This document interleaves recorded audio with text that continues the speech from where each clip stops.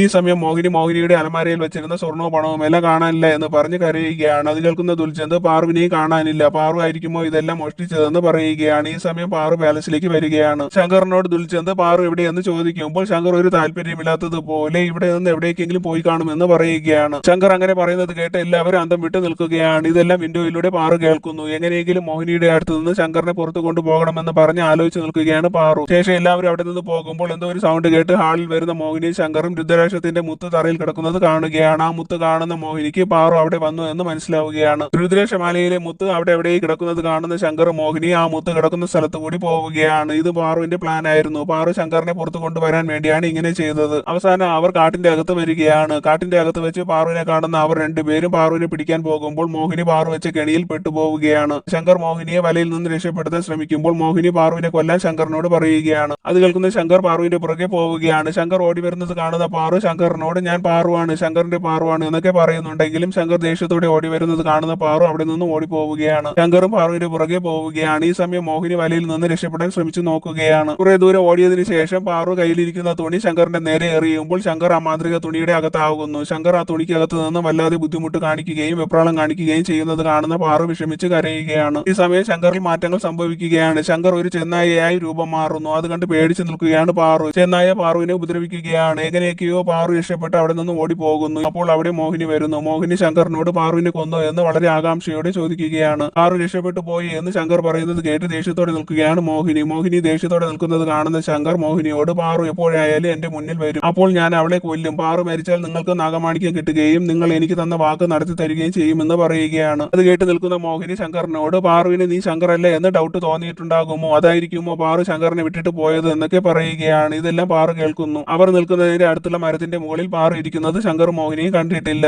അവരുടെ സംസാരത്തിൽ നിന്ന് ശങ്കറിനെ മോഹിനി ഒരു സ്ഥലത്ത് മറച്ചു വെച്ചിരിക്കുകയാണ്. ഇത് ശങ്കറിന്റെ ഇരട്ട സഹോദരനായ രുദ്രനാണ്. ഈ സമയം പഴയ ഒരു ഫ്ലാഷ് ബാക്ക് കാണിക്കുകയാണ്. ശങ്കറും രുദ്രനും തൊട്ടിലിൽ കിടക്കുകയാണ്. ശങ്കർ ജനിച്ചപ്പോൾ നീല നിറത്തിലായിരുന്നു കാര്യം നമുക്കറിയാം. പക്ഷേ രുദ്രൻ ജനിച്ചപ്പോൾ ചെന്നായിയുടെ ശരീരമായിരുന്നു. രുദ്രനെ ആരോ തൊട്ടിലിൽ നിന്ന് എടുത്തുകൊണ്ട് പോകുന്നു. ഇതെല്ലാം കേട്ട് നിൽക്കുന്ന പാറുവിന് എല്ലാം മനസ്സിലാവുകയാണ്. ശങ്കറിന് ഒരു ഇരട്ട സഹോദരനുള്ള കാര്യം പാലസിലുള്ളവരാരും പറഞ്ഞു കേട്ടിട്ടില്ല. ഈ കാര്യം എന്താണ് പറയാത്തത് എന്നും ശങ്കറിനെ മോഹിനി എവിടെയായിരിക്കും മറച്ചു വെച്ചിരിക്കുന്നതെന്നും പറഞ്ഞ് വിഷമിച്ച് കരയുകയാണ് പാറു. അടുത്ത സീനിൽ പാറുവിനെതിരെ കേസ് കൊടുക്കാൻ വേണ്ടി ദുൽചന്ദ് പോലീസിനെ പാലസിലേക്ക് വിളിച്ചു വരുത്തുകയാണ്. പാറുവിനെ കുറിച്ച് ദുൽചന്ദ് കുറ്റം പറയുന്നത് കേട്ട് വിഷമം വരുന്ന ബബ്ലി തല ഇറങ്ങി താഴെ വീഴുമ്പോൾ തല ഇടിക്കുകയും തല മുറിയുകയും ചെയ്യുന്നു. എല്ലാവരും അത് കണ്ട് പേടിച്ചു നിൽക്കുകയാണ്. ബബ്ലിയുടെ നെറ്റിയിൽ നിന്ന് രക്തം വരുന്നത് കാണുന്ന രുദ്രന്റെ സ്വഭാവം മാറുകയാണ്.